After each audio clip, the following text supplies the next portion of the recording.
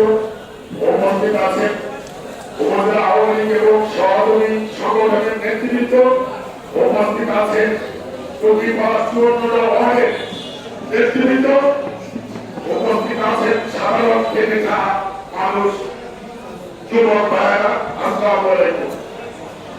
আপনারা ইতিপূর্বে সবাই যাচ্ছেন, প্রত্যেকটা বক্তা বক্তৃতা দিয়েছেন।